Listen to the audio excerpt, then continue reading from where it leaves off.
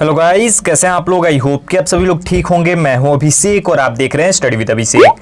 Guys लेके आ गया हूं navy, air force, coast guard, NDA, इन सभी के लिए जीके सामान्य अध्ययन का पार्ट 12। इससे पहले 11 पार्ट तक हम लोग कंप्लीट कर चुके हैं।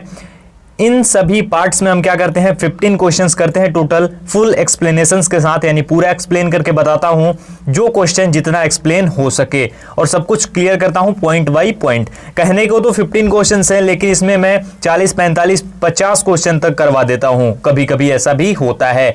साथ ही साथ जैसा कि मैं साइंस का प्लेलिस्ट जो होता है उसका लिंक डिस्क्रिप्शन में दे देता हूं, तो इसके प्लेलिस्ट का भी लिंक, दैट मीन्स कि 1 से लेकर के 11 तक जो पार्ट्स होंगे वो सभी आपको डिस्क्रिप्शन में एक लिंक मिलेगी, उसके थ्रू जाएंगे तो प्लेलिस्ट में मिल जाएंगे, तो वहां से जाकर के देख सकते हैं। इस वीडियो को देखने के बाद शुरू करते हैं वीडियो को और हमारे सवालों को देखते हैं। लेकिन उससे पहले बताना चाहूंगा कि अगर आपने अभी तक मेरा सेकंड चैनल, जो कि एक मोटिवेशनल चैनल है, सब्सक्राइब नहीं किया है, तो उसका भी लिंक डिस्क्रिप्शन में मौजूद है, जाइए और सब्सक्राइब करके ज्यादा से ज्यादा सपोर्ट कीजिए उस चैनल पे भी। तो शुरू करते हैं और चलते हैं क्वेश्चंस की ओर।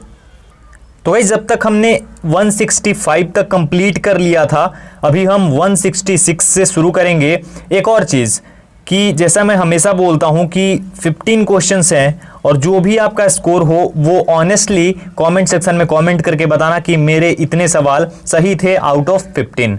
तो जितने भी सही हो, चाहे 5 सही हो, 6 सही हो, 4 सही हो, जो भी हो वो सच्चाई से बताना है, झूठ नहीं बोलना है। यहाँ पे कोई भी ऐसा कुछ नहीं है कि आप छोटे हो जाओगे या फिर आपकी रिस्पेक्ट कम हो जाएगी। ये अच्छी चीज़ है, अगर आप अपनी सच्चाई बताएंगे तो उससे क्या होगा, उसको इम्प्रूव करने में मदद मिलेगी, मुझे भी पता चल सकेगा कि आपकी प्रॉब्लम्स कहाँ पे हैं। तो स्कोर कितना है और कहाँ से हो ये जरूर कॉमेंट करना। चलिए क्वेश्चन है, 4 बिट्स का एक समूह क्या बनाता है? What makes a group of 4 bits? Byte, nibble, gigabyte और टेराबाइट। राइट आंसर हो जाएगा ऑप्शन बी यानी निबल। 4 बिट्स जो होते हैं, बिट्स के बारे में तो आपने सुना होगा, bits, byte, gigabyte, terabyte, nibble, ये सब कुछ कंप्यूटर की चीज है। तो जो बिट्स होते हैं, 4 बिट्स जो होते हैं, 64 बिट, 32 बिट जो आता है ना, उसी प्रकार से। तो जो 4 बिट्स होते हैं वो मिल करके एक 1 निबल बनाते हैं। ठीक है, तो 4 बिट्स का एक समूह जो है, एक ग्रुप जो है, वो क्या बनाता है? निबल बनाता है। ठीक है, चलिए, वायु दाब लेखी का आविष्कार किसने किया था? Who invented the wind breaker? लुजियान विदी, John Wayne, Theophilus van Kannel, Louis उरी। राइट आंसर हो जाएगा इसके लिए गाइस हमारा ऑप्शन नंबर ए यानी लुजियान विदी। लुजियान विदी ने वायु दाब लेखी का आविष्कार किया था। कब किया था? 1844 में, 1844 में इन्होंने ये आविष्कार किया था, जिसे हम, ये जो वायु दाब लेखी है, इसे हम बैरोग्राफ भी बोलते हैं, बैरोग्राफ। अब यहाँ पे एक चीज और, कुछ लोग कंफ्यूज ना हो इसलिए बता देता हूं कि वायु दाब मापी और वायु दाब लेखी में अंतर होता है। क्या अंतर होता है? अगर आपको पता हो तो कमेंट सेक्शन में कमेंट करके जरूर बताना। ठीक है, अगले वीडियो में मैं बता दूंगा। यहाँ पे ये जो है, ये एक फ्रेंच से थे, यानी फ्रांस से थे ये। ठीक है, लुजियान विदी, इन्होंने ही 1844 में आविष्कार किया था। आगे बढ़ते हैं, टेक्टोना ग्रैंडिस लीन किसका वैज्ञानिक नाम है? Whose scientific name is Tectona grandis lean? अमरूद यानी गुआवा, टीक, गूसबेरी और चीकू। राइट आंसर हो जाएगा इसके लिए ऑप्शन बी यानी सागौन। सागौन जो होता है, सागौन का पेड़ आपने नाम जरूर सुना होगा, सागौन। अगर आपने नहीं सुना है तो आप गूगल कर सकते हैं, गूगल करके देख सकते हैं। ठीक है, इसकी लकड़ी जो है काफ़ी महंगी होती है और ये जो है, इसका जो साइंटिफिक नेम जो होता है वो क्या होता है? टेक्टोना ग्रैंडिस लीन। दोस्तों आपसे एक सवाल है कि ह्यूमन, जैसे इसका तो ये वैज्ञानिक नाम, साइंटिफिक नेम हो गया, ह्यूमन का यानी मनुष्य का साइंटिफिक नाम क्या है? ये आप लोग कमेंट सेक्शन में कमेंट करके बताएंगे। आई होप कि आप लोगों को पता हो। तो ये सागौन का होता है साइंटिफिक नाम, टेक्टोना ग्रैंडिस लीन। नेक्स्ट है, सी एनिमल्स किस प्रजाति के अंतर्गत आते हैं? Sea animals belong under which species? Arthropoda, Cnidaria, Porifera और मोलस्क। राइट आंसर हो जाएगा इसके लिए गाइस ऑप्शन बी यानी निडेरिया। ये जो सी एनिमल्स हैं ये निडेरिया प्रजाति के अंतर्गत आते हैं। किसके? निडेरिया प्रजाति के अंतर्गत। ये जो एंथ्रोपोडा, पोरीफेरा, मोलस्क, निडेरिया, ये सभी अलग अलग प्रकार की प्रजातियां हैं। ठीक है, आगे एलिफेंटा की गुफाएं कहां स्थित है?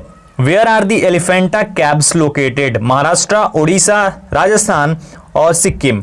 राइट आंसर हो जाएगा इसके लिए गाइस ऑप्शन ए यानी महाराष्ट्र। एलिफेंटा की गुफाएं जो है ये महाराष्ट्र में स्थित है। The Elephanta caves are located in Maharashtra. Maharashtra के बारे में थोड़ा डिटेल में एक्सप्लेन करके आपको बता देता हूं। ये जो एलिफेंटा की गुफाएं हैं ये क्यों प्रसिद्ध है? ये एक टूरिस्ट प्लेस है because of Lord Shiva. Lord Shiva जो है यानी भगवान शिव जो हैं, इनकी एक त्रिमूर्ति है। वहां पे मूर्तियों के लिए ही ये प्रसिद्ध है एलिफेंटा की गुफाएं। और वहां पे जो ये शिव मूर्ति है ये काफी बहुत ही अच्छी है और बहुत प्रसिद्ध है, इसलिए ये लोकप्रिय है एलिफेंटा की गुफाएं। ठीक है, और ये त्रिमूर्ति हैं, ये भी याद रखिएगा। और साथ ही साथ ये जो गुफा है ये 7 गुफाओं का सम्मिश्रण है, यानी 7 गुफाओं का ये मिश्रण है, मिक्सचर है, mixture of 7 caves। Elephanta caves is a mixture of 7 caves। 7 गुफाओं का ये मिक्सचर है, याद रखिएगा। ठीक है, अब हम बात कर लेते हैं महाराष्ट्र के बारे में। तो महाराष्ट्र के अभी सीएम चीफ मिनिस्टर हैं उद्धव ठाकरे। भारत में कोरोना केसेस की सबसे अधिक संख्या महाराष्ट्र में ही है। और साथ ही साथ वहां के अभी गवर्नर हैं भगत सिंह कोश्यारी। और वहां पे सबसे प्रसिद्ध जो कि पूछा जाता है बार बार, गेटवे ऑफ इंडिया, मुंबई का गेटवे ऑफ इंडिया जो है, गेटवे ऑफ इंडिया मुंबई, ये लोकप्रिय है, बहुत प्रसिद्ध है, क्वेश्चन भी आता है, याद रखिएगा। ओडिशा के बारे में बात कर लेते हैं। ओडिशा के अभी वर्तमान में चीफ मिनिस्टर हैं नवीन पटनायक। और यहाँ के जो गवर्नर है वो है गणेशी लाल।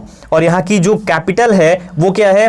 कैपिटल यहाँ की है भुवनेश्वर। राजस्थान की बात करते हैं। राजस्थान की capital Jaipur, the pink city के नाम से जिसे जाना जाता है। यहां के अभी वर्तमान में चीफ मिनिस्टर हैं अशोक गहलोत। और यहां के गवर्नर हैं कलराज मिश्र। लास्ट में है हमारा सिक्किम। सिक्किम के भी बात कर लेते हैं। सिक्किम की राजधानी है गंगटोक। यहां के चीफ मिनिस्टर हैं प्रेम सिंह तमंग। और यहां का गवर्नर है गंगा प्रसाद, याद रखिएगा। आगे बढ़ते हैं 171 की तरफ। निम्न में से कौन सा उत्तर भारत का एक शास्त्रीय नृत्य है? Which of the following is a classical dance of north India? Bharatanatyam, Kuchipudi, Kathak और कथकली। राइट आंसर हो जाएगा इसके लिए ऑप्शन नंबर सी यानी कि कथक। कथक जो है ये एक उत्तर भारत का प्रसिद्ध शास्त्रीय नृत्य है। Kathak is a classical dance of north India. इन सभी में से ये सभी भी क्लासिकल डांस ही हैं। आप लोगों से एक और सवाल यहां पे पूछता हूं कि टोटल कितने, अभी मैं लिखने ही जा रहा था, नहीं लिखूंगा, टोटल कितने क्लासिकल डांस हैं भारत में? Total number of classical dance in India. Total India में, पूरे भारत में कितने क्लासिकल डांस हैं? आगे बढ़ते हैं हम हमारे अगले प्रश्न की ओर। नदियों में घुली हुई ऑक्सीजन की मात्रा प्रति मिलियन कितने भाग होती है? What is the fraction of dissolved oxygen per million in reverse? 125, 25, 5 और 0। राइट आंसर ऑप्शन सी यानी कि 5। नदियों में घुली हुई ऑक्सीजन की मात्रा प्रति मिलियन के 5 भाग होती है। The fraction of dissolved oxygen per million in rivers are 5। Next है हमारा, निम्नलिखित में से किसे आम जलकुंभी भी कहा जाता है? Which of the following is also known as common hyacinth? Pistia, Opuntia, Aegilops और एकॉर्निया। राइट आंसर हो जाएगा ऑप्शन डी यानी एकॉर्निया। एकॉर्निया जो है इसे आम जलकुंभी भी बोला जाता है, कहा जाता है। ठीक है, नेक्स्ट, रुक्मिणी देवी अरुंडेल का संबंध किससे है? Rukmini Devi Arundale is related to Kathak, Bharatanatyam, Kuchipudi और भांगड़ा। राइट आंसर हो जाएगा इसके लिए गाइस हमारा ऑप्शन नंबर बी यानी भारतनाट्यम। भारतनाट्यम से संबंधित है रुक्मिणी देवी अरुंडेल। रुक्मिणी देवी अरुंडेल का जो संबंध है ये भारतनाट्यम से है। ठीक है, नृत्यकी है भारतनाट्यम की। आगे बढ़ते हैं हम अगले प्रश्न की ओर। हमारा अगला प्रश्न है, कौन सा राज्य हरियाणा के साथ अपनी सीमा साझा नहीं करता? Which state does not share its border with Haryana? Uttar Pradesh, Madhya Pradesh, Himachal Pradesh और राजस्थान। राइट आंसर हो जाएगा इसके लिए ऑप्शन नंबर बी यानी मध्य प्रदेश। मध्य प्रदेश ऐसा राज्य है इन सभी में से जो कि हरियाणा के साथ में अपनी सीमा साझा नहीं करता है। Madhya Pradesh does not share its border with Haryana. ठीक है, अब थोड़ा बात कर लेते हैं इनके बारे में भी। तो अगर बात करें उत्तर प्रदेश की, तो उत्तर प्रदेश के मुख्यमंत्री हैं योगी आदित्यनाथ, मध्य प्रदेश के शिवराज सिंह चौहान, हिमाचल प्रदेश के जयराम ठाकुर और राजस्थान का अभी बताया ही अशोक गहलोत। ठीक है, अब आगे बढ़ते हैं हमारे अगले प्रश्न की ओर। किस ग्रह को बौना ग्रह भी कहकर संबोधित किया जाता है? Which planet is also addressed as dwarf planet? Pluto, Mercury, Jupiter और सैटर्न। राइट आंसर हो जाएगा ऑप्शन ए यानी प्लूटो। प्लूटो को बौना ग्रह भी कहा जाता है, बौना ग्रह के नाम से भी जाना जाता है। Pluto is also addressed as dwarf planet. Next है हमारा, वर्ष 1828 में स्थापित ब्रह्मा समाज के संस्थापक कौन थे?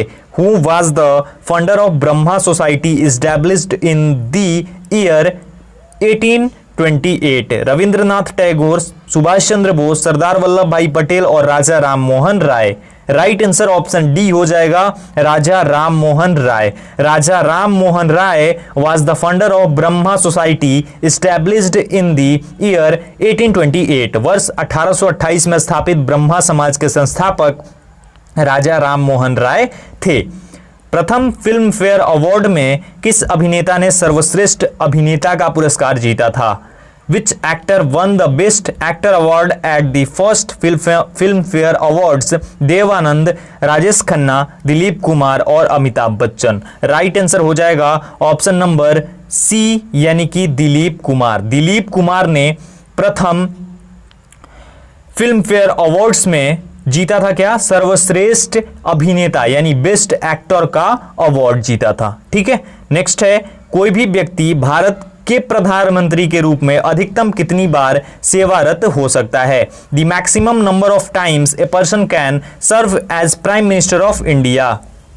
ऑप्शन है 3, 5, 7, no limit. Right answer option D यानी नो लिमिट। आप भारत के प्रधानमंत्री कई बार भी बन सकते हैं, यानी कोई लिमिट नहीं है इसके लिए, कोई ऐसी लिमिट नहीं बनाई गई है कि ये व्यक्ति इतने समय तक ही भारत का प्रधानमंत्री रह सकता है। ठीक है, तो ऐसी कोई लिमिट है नहीं। और कई ऐसे देश हैं जहां पे कि लिमिट होती है कि इतने टाइम तक ही आप रह सकते हैं, लेकिन भारत में नहीं है।